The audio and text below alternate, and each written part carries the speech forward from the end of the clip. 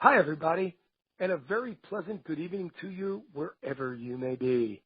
This is Comfortably Zone Radio, and it's time for Dodgers baseball, a tale of two cities from Brooklyn to Los Angeles. I'm your host, Peter Trunk, and my co-host is Ron Rabinovitz, and our guest again tonight is Brooklyn Dodger historian Robert Cole. I'd like to say hello to my partner, Ron, first. How are you, Ron? Peter, I'm great. How are you doing tonight? I'm doing pretty well. Good. Spring is coming to New Jersey, believe it or not. To Minnesota, too. Okay, there you go. And, of course, our friend Robert Cole, he's got spring and summer all the time down there in Florida. Robert Cole, how are you, sir? Doing great, Peter. Hi, Robert. How you doing? Good. How are you, Ron? Good. Good. Okay, for all our listeners, if you were with us last week, we talked about Walter O'Malley and the move. The move being, of course, the Brooklyn Dodgers from Brooklyn to Los Angeles. And we touched on about 1,000 things. When I say we, it's very generous. Actually, Robert Cole did. And Robert Cole, the Brooklyn Dodger historian, is going to continue his story tonight. He's going to talk about the move from Brooklyn to Los Angeles by those Dodgers and Walter O'Malley and Robert Moses et al. And I give up the microphone to my friend and historian Robert Cole. Go ahead, Robert. Okay, thank you, Peter. Last week we did a rough timeline of the move, went a little bit over Walter O'Malley's background. We touched a little bit on Walter O'Malley's father, who was knee-deep in corruption in politics in Brooklyn. And I'd just like to go back to that for a minute and tell a little story. In the 1920s, Sure. Edwin O'Malley was asked to appear in front of a group of councilmen for a hearing on corruption, bribes, kickbacks, and things of that nature in his position as Commissioner of Markets. He agreed on the one condition, and that's that he would be allowed to give a opening statement. They agreed to that. On a 90-degree day, Edwin O'Malley appeared, suit and tie, marched in. The chamber was filled with Tammany Hall people, everybody cheering Edwin O'Malley on. He sat down at the table, pulled out all his papers, and launched into his opening statement. The opening statement took 2 hours. What? At the end of those 2 hours, yes, go ahead. No. I was just amazed. Go ahead. Okay. 2 hours. At the end of those 2 hours, a gentleman in the gallery stood up and yelled, "O'Malley, that's enough. You've said enough. It's time to leave." The man speaking was Edwin O'Malley's attorney. With that, Edwin O'Malley stood up, swept all his papers into his briefcase, and marched out to the cheers of the crowd, never giving the councilman a chance to even ask a question. One of those lawyers sitting at the table in embarrassment was one Robert Moses. Huh. Wow. Revisionists have used that to point to the fact that that's why Robert Moses wouldn't help Walter O'Malley find a new field in Brooklyn. And that was the first taste of an O'Malley and Robert Moses. Robert Moses has been called all sorts of things: a bully, a blowhard, a pompous ass, a know-it-all, hard-headed. And what I have to say to the people who say that, you're right. He was all of those things. However, he had a lot of titles, okay? And people also said, especially the revisionists, that he was the most powerful man in New York. That is pure nonsense. Robert Moses was appointed by both the mayor and or the governor, depending on the different jobs. And he held several titles. He was the commissioner of real estate. He was the commissioner of building in New York. He was head of the Triborough Bridge and Tunnel Authority. He was the head of the Parks Department. All of those positions were appointed positions. Okay. The mayor and the governor actually used Robert Moses. Okay. When Robert Moses did something like put a new highway in and got people upset, the mayor and the governor would shake their head and say, "Oh, there goes Moses again." Okay, doing his own thing. That when you put in a park or opened the beach, something like that, and the people were happy, the mayor and the governor right there by his side, basking in the glory. Okay. So, yes, Robert Moses was a powerful man, but he was not the most powerful man in New York City. Okay? And yet people want to point to that, and that's one of their big sticking points. Robert Moses basically got involved in the ballpark picture probably in the early 50s. O'Malley and him would talk once in a while, but it really wasn't until 1955 when Walter O'Malley made the revelation that he was going to play games in New Jersey starting in 56 and 57. Mayor Wagner then called for a meeting at Gracie Mansion. Okay. During that meeting, Robert Moses, Walter O'Malley, and Mayor Wagner met. At that time was when Walter O'Malley first brought the New York Giants into the equation, saying, not only are you in danger of losing the Brooklyn Dodgers, but you're also in danger of losing the New York Giants as well. One team can't stay without the other. So already this is being planted. Okay? O'Malley, through all this time, of course, had, back and forth with people in Los Angeles. He was well aware of what was going on. He knew no other team could go into Los Angeles without dealing with Bill Wrigley. Okay? And Wrigley was hoping that a National League team would come in to take that spot. Wrigley controlled Los Angeles because he owned the minor league team there. So O'Malley knew that he would know if somebody else was looking to get in there. So we went 55 and then 56. O'Malley, after the 56 season, the team took a trip to Japan. Okay, they had a layover in Los Angeles. O'Malley, supposedly on the quiet and the sneak, took a helicopter ride with the sheriff looking at sites in Los Angeles. And that was really the point when, it was looking like things were going to really happen. Robert Moses. Okay. Yes, sir. I had one quick question.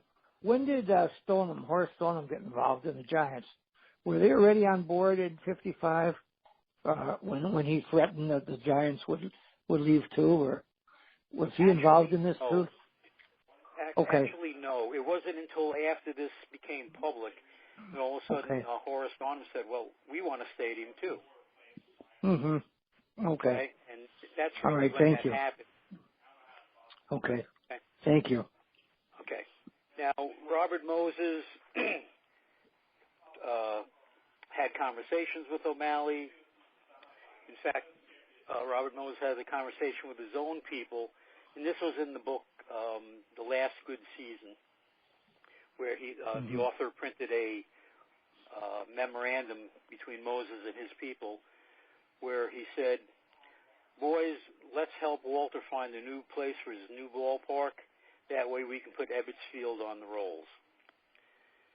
Moses, thinking that what would happen was they'd find a new piece of property for O'Malley, give it to O'Malley, O'Malley would give them Ebbets Field, and that would be the swap. Of course, we know that never happened. O'Malley, in 56, sold the ballpark at the end of the season to a developer by the name of Kratner. Okay. Kratner, in turn, leased it back to O'Malley for a term of, I believe, 3 years, and O'Malley later renewed it even further into the 60s, although he didn't need it. Okay. And basically that went on. In 57, you had all the different things that happened. You had O'Malley buying a new airplane. Okay. And then when people said, well, why are you buying a new plane, Walter? And O'Malley said, well, if we are going to be going to the West Coast, you have to have a way to get back and forth. Then they made the big announcement of the swapping of franchises, with the Dallas-Fort Worth franchise being swapped with the Los Angeles Angels franchise and Pacific Coast League, and O'Malley now had the rights to Los Angeles. Okay. So backtracking a little bit again, okay, one of the things that the revisionists always say is that Robert Moses forced Walter O'Malley to leave Brooklyn. So let's look at that for a second. He forced him to leave Brooklyn. Walter O'Malley owned the Brooklyn Dodgers. Walter O'Malley owned Ebbets Field, and he owned the land that the Ebbets Field was on. And I point that out because the Giants owned the Polo Grounds, but they did not own the land that the Polo Grounds was on. They leased it. Okay. And that lease was going to be up, I believe, in 1960. So anyway, O'Malley owned his own ballpark. He owned the land. He owned the ball team. Okay? How could you force him out? Okay? Well, right. Walter then sold the field, sold Ebbets Field, okay, and now basically he's turning around and saying to Robert Moses, I have no place to play, you have to give me some place to play. Okay, which again is totally ridiculous, but this is what the revisionists want to use as the point that Walter O'Malley was forced out of Brooklyn, kicking and screaming, that he wanted to stay. He tried with all his heart to stay. He even made the infamous remark, my roots are in Brooklyn. Very shallow roots, I would say also, but yeah, I would say. He claimed his roots were in Brooklyn. All right. And all through 1957 was nothing but a charade. Okay. Everything had already been done. Everything had already been planned. Dick Young in 1957 asked Walter O'Malley, Walter, what would be your biggest regret right now? And O'Malley said, this is strictly off the record, Dick, but my biggest regret would be right now is if New York actually made me an offer that I couldn't refuse. Okay. So, I mean, that basically tells you, I mean, his mind was made up, and it was, okay? And the revisionists will say he had no intention of moving, and at the 1956 World Series, the Washington Senators were thinking of moving to Los Angeles, and that's when Walter first got the idea. And that's just a crock of bull. Okay. This idea was germinating for a long, long time. Long As we time. discussed last week. Okay. As we discussed last week, I mean, it started germinating in the early 50s when Los Angeles sent letters to all the major league teams. Okay. In 1952, O'Malley was denying that he was going to move to Los Angeles. Well, why would he be denying it if he wasn't, looking into it? Right. Okay. 1955, we had all the bombshells. He made it known that he was going to play games in New Jersey. And I firmly believe the idea to play in New Jersey was his signal to the city of Los Angeles that, hey, I'm not wed to Brooklyn. Look, we can play games outside of Brooklyn. Make me an offer. And they did. Okay. Let me ask you one question, Robert. Certainly. I heard a story that Walter O'Malley had gone to Horace Stoneham and said, proposed that they both go out there. And he said that you can go first, take a look at Los Angeles, take a look at San Francisco, and you can have either one, and I'll take the other. Is that true? I have not ever heard that actual story. Okay. I know that before the 56 season, Horace Stoneham asked the National League for permission to move to Minneapolis. To Minneapolis. I know they were because they have a giant affiliate here, a minor league team. Yes, they own the Millers team in Minneapolis. The Millers, and right? Most of their young players that came up when they moved to San Francisco were playing in Minneapolis. Right, like Willie Mays. Right. Mm-hmm. Okay, Minneapolis. And the Dodgers. Place. Yeah, and the Dodgers had a farm system in St. Paul. St. Paul Saints. Yeah. Correct. Right. The American Association. Right. Exactly. That is correct. Okay. O'Malley asked that somebody and became the Phillies say no to that request. back in those days, every team had to agree to a move. Mm-hmm. The Phillies voiced an objection. Okay, wouldn't allow the Giants to move. O'Malley didn't want to be the one to say no to anybody because he, of course, knew he was going to be asking for permission himself one day. Sure. Okay. Another turning point, I believe, was in 1953 when the Boston Braves moved to Milwaukee. Mm-hmm. And O'Malley watched that very carefully. Okay, he saw how well Milwaukee drew in a new area, in a virgin area. Okay, of course, O'Malley said that one of the reasons he had to move was not able to compete with Milwaukee because Milwaukee was drawing more people than he was in Brooklyn. That also is ridiculous because O'Malley more than made up the difference in radio and television revenue. Sure. Brooklyn Dodgers had the most lucrative radio and television deal of any team in the major league, and that includes the Yankees. Mm-hmm. Really? Okay, yes. That's interesting. Okay, and another good book for people to read is a book by the name of Taking on the Yankees. Now, that's a book that delves into the business dealings of the various major league teams and goes very deep into this sort of stuff, and it shows figures and numbers and all sorts of things. It's a fascinating book to read, and it gives you an idea of the business of baseball and just how well O'Malley was doing between actual attendance and radio and television. Okay.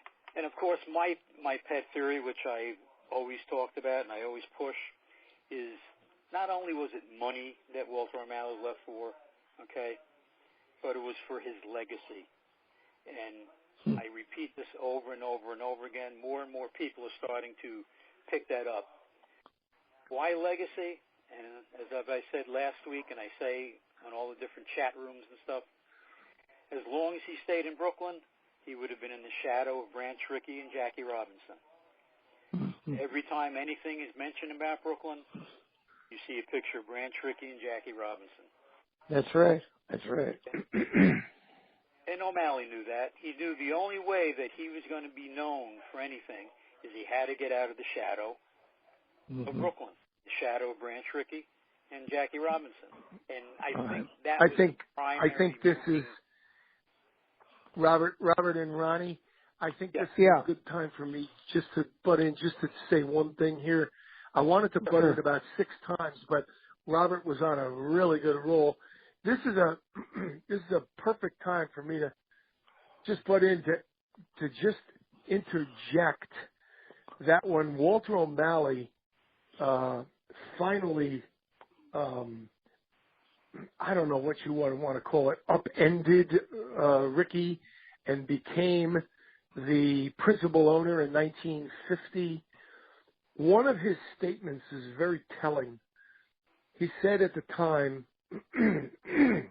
when he finally paid both Rickey and Zeckendorf off for his portion of the Dodgers, which was the portion, and he was the major owner of the Dodgers, he said, from this time forward, this is 1950, he said, from this time forward, all of the successes of the Brooklyn Dodgers, the Brooklyn Baseball Club, all of those successes, all of the kudos will be given to Branch Rickey. And all of the minuses, all of the losses, all of the heartbreak will be given to someone else. And he didn't have the balls to say to me, but that, of course, is what he meant.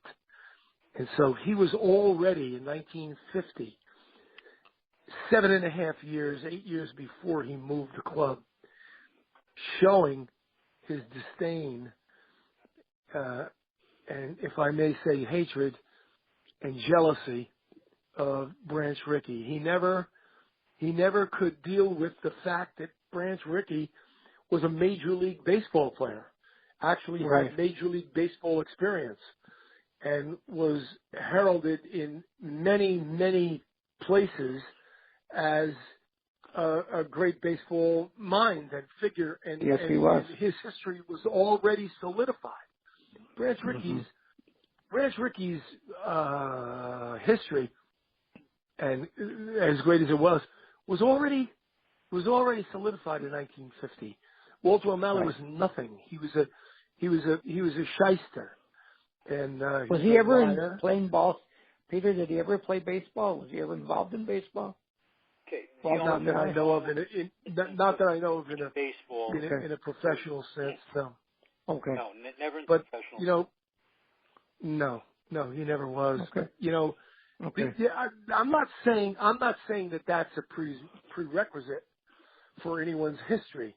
I'm not saying that at all. What I'm saying is, it just so happened that Branch Rickey had that, and Walter O'Malley was one of the things that he didn't like. In 1951, I'm sure both of you remember this from reading it, because you were only both about 5 years old when it happened. In 1951, I'm older than you guys. Oh, you are? Okay. I'm 71. Yeah. All right. Whoa, man, you're a whole year older. I'm an old cocker. Anyway, we were preschool in 1951, the three of us. But the things that I've read, and I've read just like you guys have, Robert and Ronnie both read 1,000 things. In 1951, the Giants caught the Dodgers at the end of the season, okay. The Giants had won their game, the last game of the season, and the Dodgers were in Philadelphia, and the Dodgers were losing. And if the Dodgers had lost, the Giants, there would be no playoff. There would be no Bobby Thompson heroics. If the Dodgers lost, the Giants were in. And the Dodgers were not only losing, they were losing big time in Philadelphia. And they made a spectacular comeback. And in the last inning of the game, it was a 10-inning game. In the ninth inning, Jackie Robinson made a spectacular defensive play to save the day for the Dodgers. And then he comes up in the 10th inning, and he hits a home run to win the game for the Dodgers. Of course, it wasn't a walk-off. They were in Philadelphia. Yeah. But he won it. He hit the home run in the 10th inning and won the game. After the game, everybody is, and there's a million photographs, and they're all over BrooklynDodgerMemories.com, by the way, and all over Facebook now because everybody copied them and whatever, which, it's okay. They're not my photographs. They're everybody's photographs. But they're all over the place now. There were all these celebrations that the Dodgers had won that game in Philadelphia in 1951. Well, here's something that you don't hear. On the train ride back from Philadelphia to New York City, Walter O'Malley calls Red Smith, perhaps the greatest baseball writer in New York history, calls him to his room. This is right after the game, as they're trundling back to Brooklyn.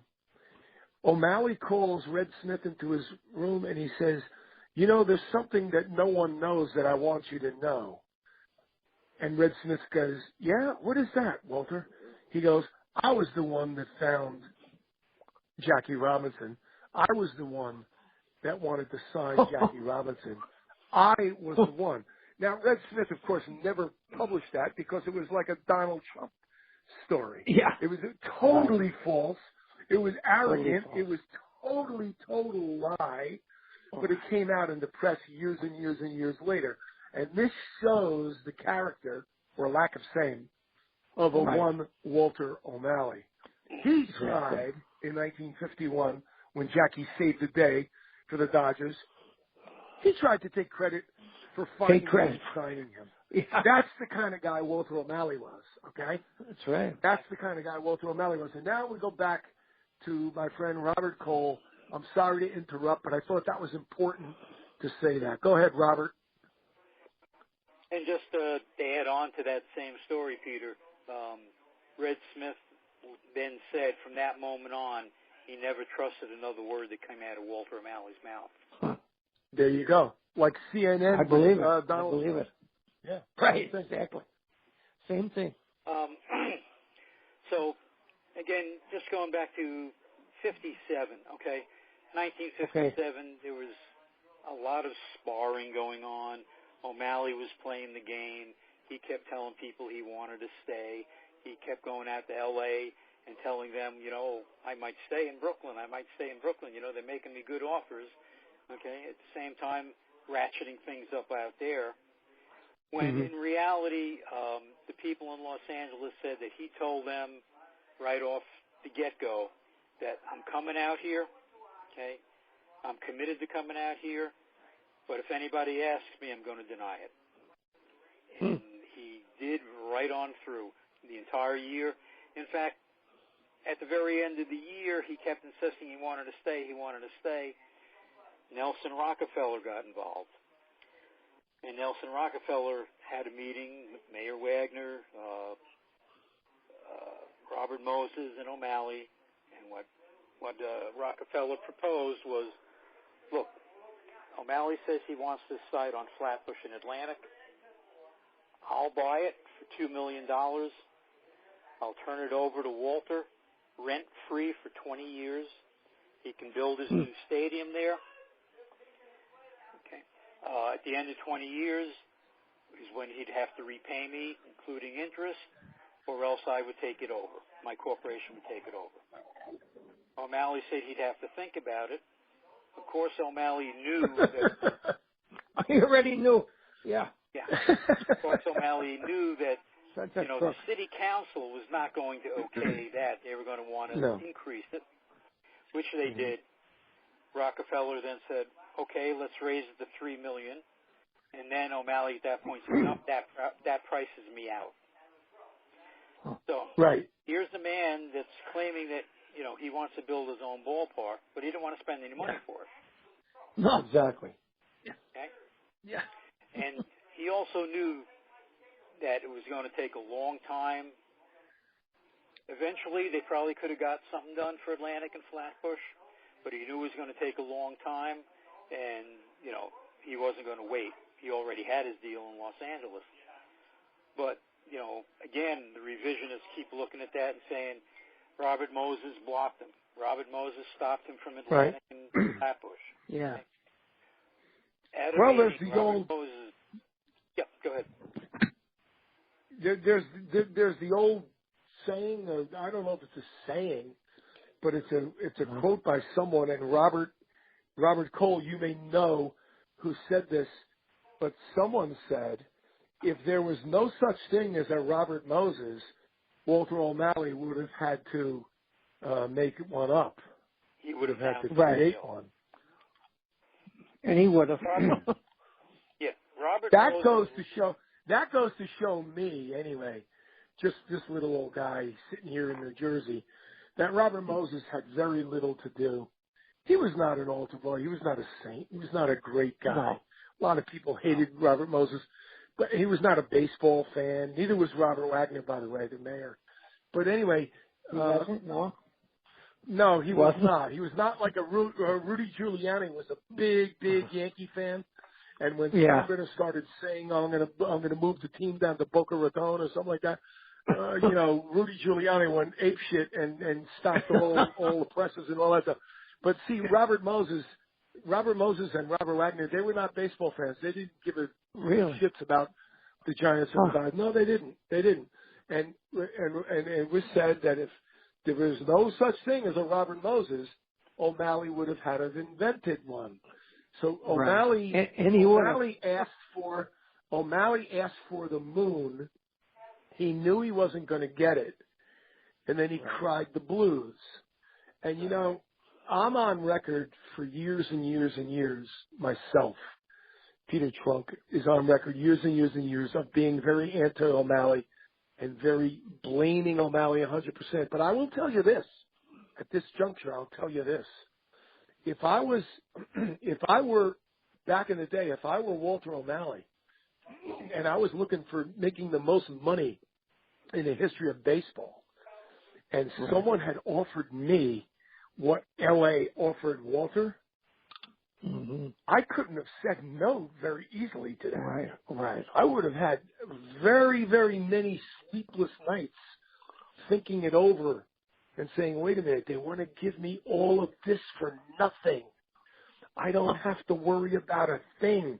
This is going to be put into my lap. See, because Los Angeles thought at best they were going to get like the Washington Senators or the St. Louis Browns, or the Pacific Coast League was going to be made a third major league, which was bogus in its infancy and in its prominence. And when they thought that they really and truly could get the Brooklyn Dodgers, who were 1 year away from being world champions, and before that, even though they were the power of the National League, they went in. Right. They offered him everything. Sure. And you know what? For him to turn that down, would have been a fool. I don't know how easy that would have been, Robert. Robert Cole, what do you think? Oh no, I've always said what he did was not illegal. He never did anything illegal. Okay. He took advantage of every possible thing. I think what he did was immoral, but it certainly wasn't illegal. And what you have to also remember is they moved out there, okay? Not a penny came out of his pocket, okay? When they financed the stadium, okay, the 66 Oil Company loaned him the money. Right. And in return, they got exclusive advertising in the ballpark. The only thing you could see in the new Dodger Stadium for many, many years was a big oil tank in the outfield, 66 oil. That's true. Remember all the yearbooks. That's what you saw out in front. Like when you see Fenway Park and you see the Citgo, sign in Fenway Park. The same thing at Dodger Stadium. All you saw was 66 up there in the stadium. Right, exactly. True. It's true. So he did that little deal. He also allowed for $1 million a year to have exclusive advertising there, and that basically paid for his ballpark. So nary a dollar came out of the Walter O'Malley bank account for that. I'm sure you love that. Yeah. Oh. So, I mean, he basically got everything. He got all that land. Okay, they improved the land, so he didn't have to pay anything out for that. Now, they say that he traded Wrigley Field, okay, to them for that, and I think Wrigley Field was tax assessed at maybe $500,000, and they said it was actually worth $1 million. So, for $1 million, he got Dodger Stadium, basically. That's the Wrigley Field in Los Angeles. Right. Don't let anyone of our listeners be fooled that was the Wrigley Field that you're thinking of in Chicago. The Wrigley Field of the Angels out in L.A. Yeah. Right. Very close to the. Like I said last week, that's where the home run derby used to be. For those guys that are old enough to remember that. That's exactly where it was. Right. That's right. Okay. Another famous statement that O'Malley made was, when people were getting on O'Malley's case and, calling him names and stuff. And young Peter O'Malley was upset. Dad, all the stuff they're saying about you. And he basically said, Peter, don't worry about it. When we build our new stadium in Los Angeles, that's going to be our testimonial. Everybody will remember that. Yeah. And that's basically... It's true. It's a gorgeous stadium. Yep. He built a monument. It is. I've been there. Yeah. But the thing is, Robert, the thing is this. In my opinion, moving on a little bit further into our history here, Peter O'Malley and the O'Malley family, especially after Walter's death, pushed, and I'll use the verb pushed as just a singular word for the old man to be enshrined in the Hall of Fame. They spent untold millions of dollars on backing authors and books to be written and stories to be told, and they were successful. They They got Walter O'Malley into the Hall of Fame, and I was going to ask you, and I know this is unfair to ask you on the air. I should have asked you this off the air.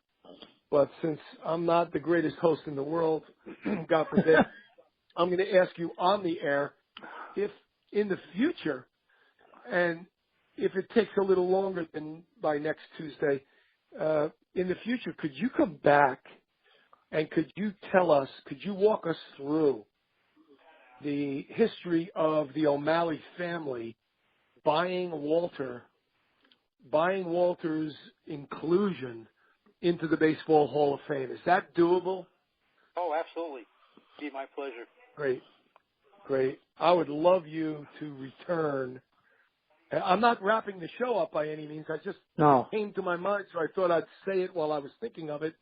I would love you to return and to continue the story on how the O'Malley family, and it's very obvious to anyone who looks, how they, through the years, built up Walter to be included into the Hall of Fame. And they were successful, and he was enshrined in the Hall of Fame some years back. And I just wanted you to come back and tell us that story, too.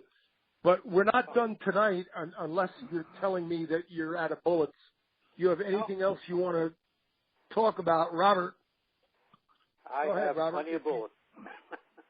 All right, Great. There you go. Great. We love it. Okay. Just getting back to 1957 again. And that's really the year that everybody focuses on. And as we've discussed here, Walter had things in his mind well before that.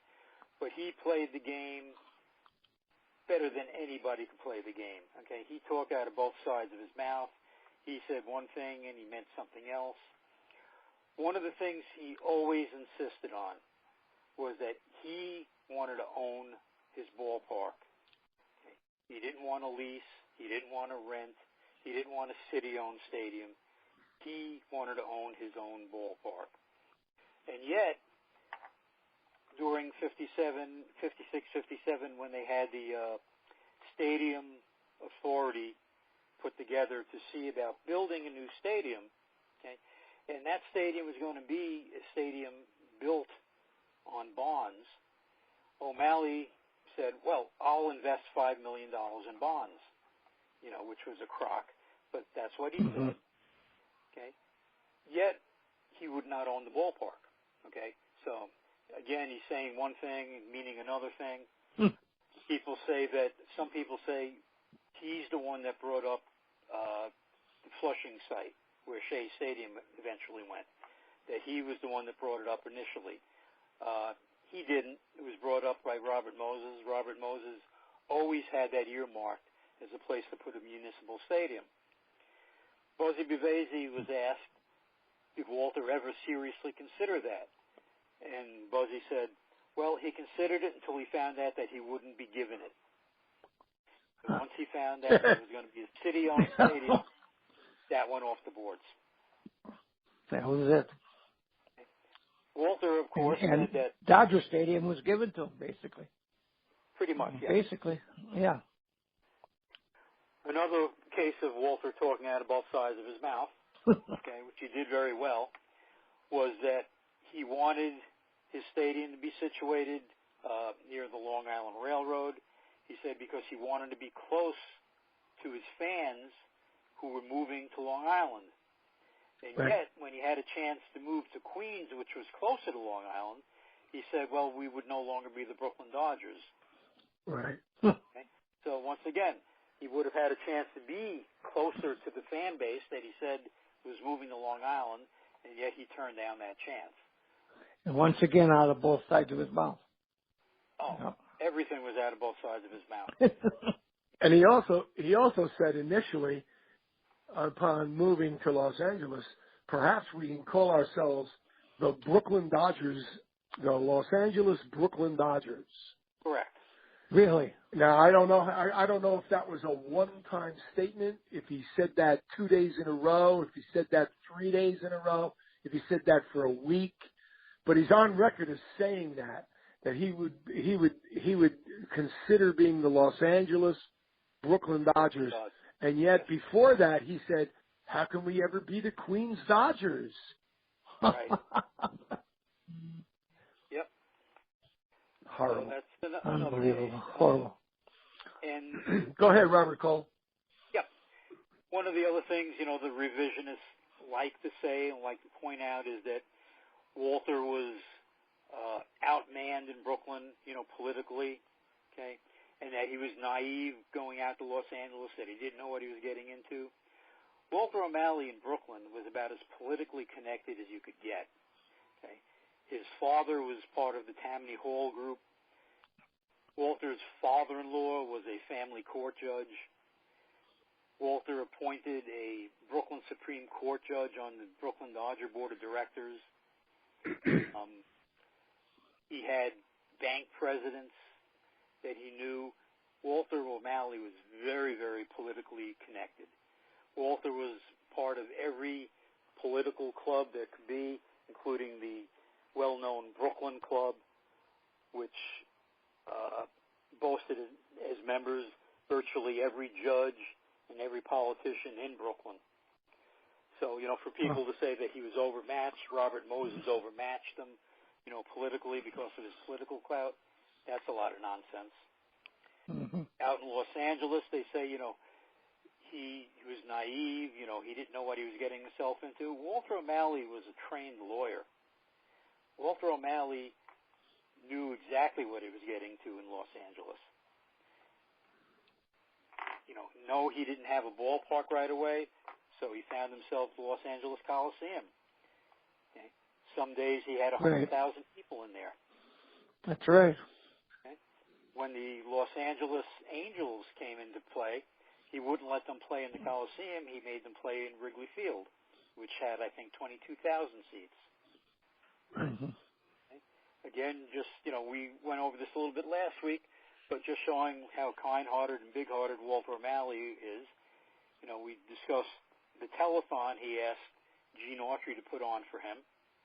Yes. And he did. And all the big stars, Bob Hope, Frank Sinatra, Dinah Shore, all of them appeared, begging people to vote yes, give Walter that land. Okay. And it passed by a very, very small margin. Okay? Razor and thin. a week later, Walter told Gene Autry, whose radio station did the Dodger games, that he was canceling the contract and giving it to Gene Autry's competitor. Unbelievable. Showing how wonderful a person Mr. O'Malley Yeah. was. Yeah. And then Bad another guy. thing, people talk about his penny pinching. And Peter probably knows this story. When the team was getting ready to go to Japan, a longtime member of the Dodger family wanted to go to Japan. He'd never been to Japan before. He was an elderly man. He was sick, yeah. And he was sick. And Walter said, absolutely not. Do you know how much it cost to ship a body back to the United States from Japan? Oh, my God. How Nice terrible. fella. Really nice. What a nice guy. Oh, my God. Okay. Yeah. And something for you, Ron, okay? Yes, I'm yes. talking about all this stuff. We talk about Jackie Robinson and whether Jackie would have retired at the end of 56 had he not been traded. I've always maintained that he would have played again had he not been traded to the Giants. And I think I believe that too. And one of the things that showed that was that when the team took the trip to Japan, okay, yes. a lot of the veteran players did not want to go. It was a long, hard season. They won the pennant the last day of the year. They had a 7-game World Series against the Yankees, which they lost. A lot of them didn't want to go. The Japanese sponsors went to Ford Frick and said, we want the Brooklyn Dodgers, not their minor league team. And Ford Frick, through Walter O'Malley, said, if you don't go, there'll be consequences. Now, Jackie went. So Jackie went, yes. Jackie went. Now, Jackie was exhausted at the end of that season. Yes, he was. Mentally and physically exhausted. Yes. Now, if he wasn't intending to come back and play in 1957, why would he have gone to Japan? Right. That's right. Because he was traded a little later than that. Yes, he was traded January, in I think. December. He was traded December or January, yeah. Yeah. December. Matter of fact, I have a letter here from Jackie, and I could just read you an excerpt here. Sure. He says, "Dear Ronnie, it was nice getting your letter. We have just returned from a nice trip to Japan, and the people over there changed our minds about a lot of things. It was the most friendly country I've seen, and I was amazed at the way we were received in every city. It's really nice getting letters from you because you always seem to have a nice word when it's needed. I guess everyone in the public's eye wants to have friends like you, and believe me, I am no exception. I can't tell you how much I appreciate your standing by me, and I only hope I can always be worthy of your friendship." Isn't that nice? I mean, just so you talk about Japan, and there he was. Yeah, give my regards to your family. My children are well and moving right along. We are having fun getting the things we brought from Japan in order, and everyone enjoyed our gifts so much. I don't know if I'll be around next year, but I hope to. My legs are the big question, and they seem okay, so we are keeping our fingers crossed. Well, Ronnie, take care of yourself. I hope to see you real soon. Always, Jackie. Wow. Amazing, huh? Somebody that wasn't intending to come back. Right. There it is, right there. That's a heavy letter right there. Yes. That's a heavy letter. But those were the types of letters he wrote me. So, I mean, I have a lot of letters like that really show. The magazine article, the magazine Yes. article that everybody points to that, Yeah. used as. I have that article. I've read it many times. Nowhere in there does it say that he was quitting then. Okay? No. Nowhere in that article does it say that he was immediately quitting. Right. It said that, he wanted to get out before baseball got rid of him. Right. But it did not say That's right. he was quitting. All right? And, I always felt that he would have, played in 57. In fact, several times, and I have several articles from newspapers and stuff, Jackie made a return trip to Ebbets Field during the 57 season. Of course, he was back to being Brooklyn Dodger property, too. Okay? Sure. The trade was off, so he was still retired as a Brooklyn Dodger. One of the writers asked him, "Jackie, if the Dodgers ask you to, would you come back?" And he said, "They know where I am." Huh. Yeah. That's right. And then there's another letter here I've got. This is after he was traded. He says, "My friend Ronnie, thanks so much for your nice letter. It was good hearing from you, and glad that you did right. I too felt badly, Ronnie, but you will understand soon why I wasn't too disappointed. The Giants are closer to my home, so it is a break in that respect. I'm glad to hear you've lost some weight, Ronnie. It works too much of a handicap on a person who carries too much, and keep it up. I know it will make you feel much better. Again, Ronnie, thanks for getting your letter. It's friends like you that keep our morale up. Say hello to your mother and your sister also. I'm sure we will see each other again soon. Perhaps you could visit when you come east. Give my regards to everybody. Always, Jackie." Wow. Ronnie, do you have a date on that? I don't. I didn't have dates on any of these letters. He never dated letters. Oh. He never put dates on the letters. So, and I never did either. Okay. That obviously was after the trade, but it was before. It was after the trade. I had written to him and told him how terrible I felt. And then I talked to him on the phone, and he said that his own son, Jackie Jr., was crying. And he assured both of us everything would be okay. In fact, it was, because he did come back to Wisconsin many times. He was very active with the National Conference of Christians and Jews, and came back for sports banquets and things like that. Along with Mel Allen, right? Yeah, right. That's right. So I did see him many times. Okay. Well, Jackie did pose for photographs with his wife Rachel and one of his sons with a Giants banner and the word Dodgers crossed out, Oh, and yeah. a first baseman's glove and stuff like that. So, there was a time, it could have been very fleeting. Could have been very, very fleeting. Could have been less than a week, whatever. But there was a time when it was feasible, or whatever you want to call it, that he was going to play for the Giants. Who knows?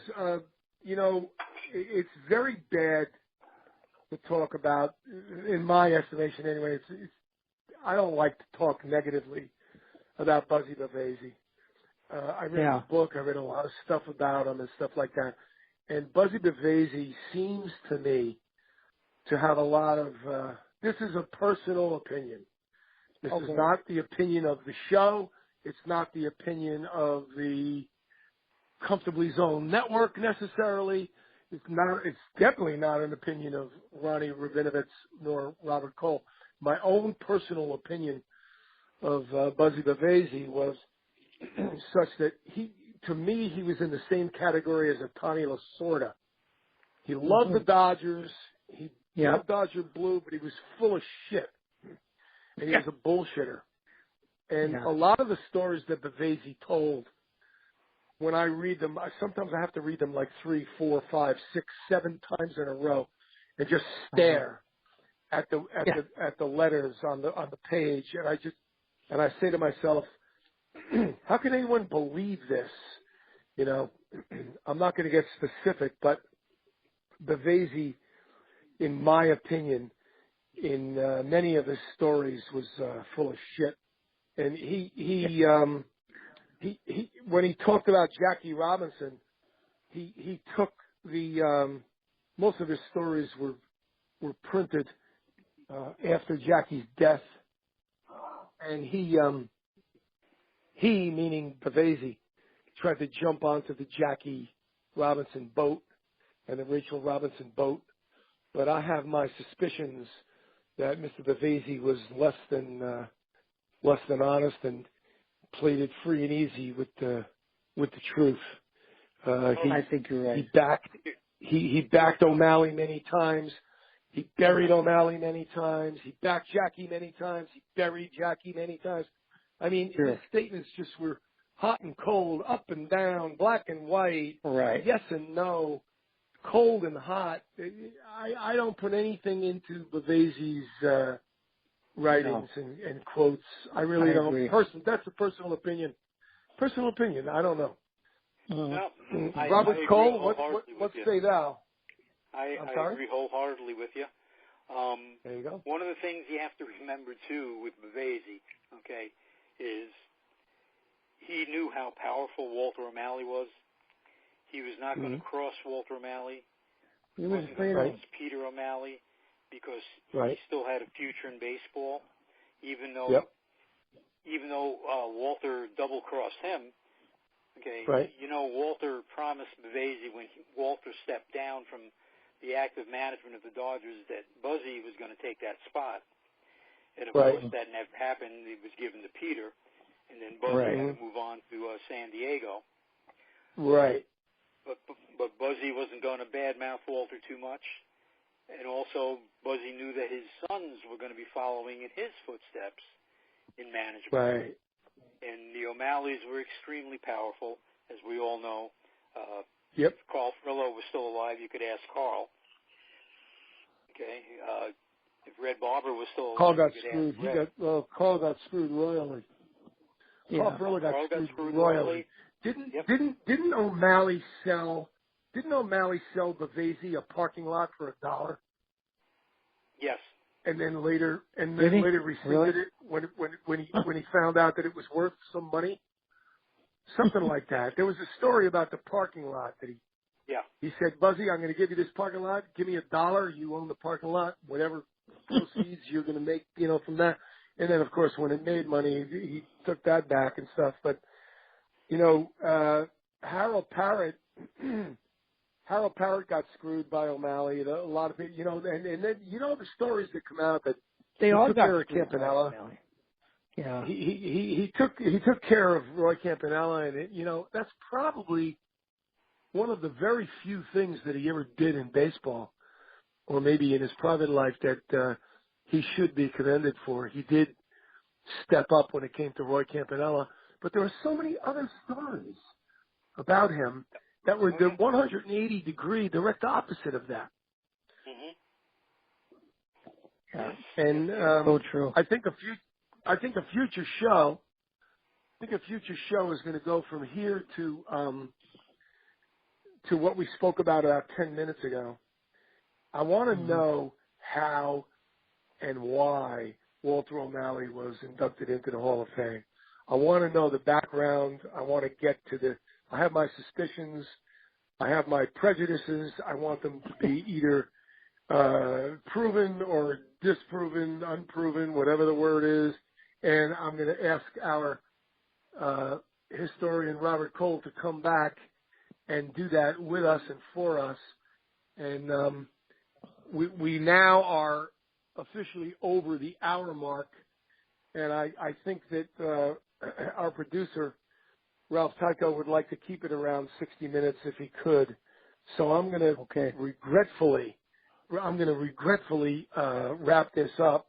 I want to thank Ronnie, my partner, Ronnie Rabinovitz, as always, and especially my guest, our guest, Robert Cole, Dodger historian. And I want Robert to promise us, if he cannot come back next week, to come back any week of his choice to continue this very interesting story about revising the revisionists. We have to revise the revisionists. We have to get the Peter, let me just say one thing, if I may. Sure. Yeah, those listeners that listened to Robert tonight, if you didn't listen last week, please behoove yourself to do that. So, I mean, it's a fascinating story, and Robert, I thank you for your time. It's terrific and interesting. Oh, thank you, Ron. You bet. All right, that's a very good point, by the way. Very good point. If you just jumped in here, this is our second show with historian Robert Cole. The first show was excellent also, and if you just jumped in and listened to this one, although you gained a lot of knowledge from our man, perhaps you could go back. These are all archived. These shows are archived on the network of Comfortably Zoned Radio, and you should listen to part 1, and maybe next week will be part 3. I thank you, gentlemen. Have a good night. Thank you. And be safe, okay? Thanks again. Good night, Peter. Bye-bye. Night. Good night. Good night. Bye-bye.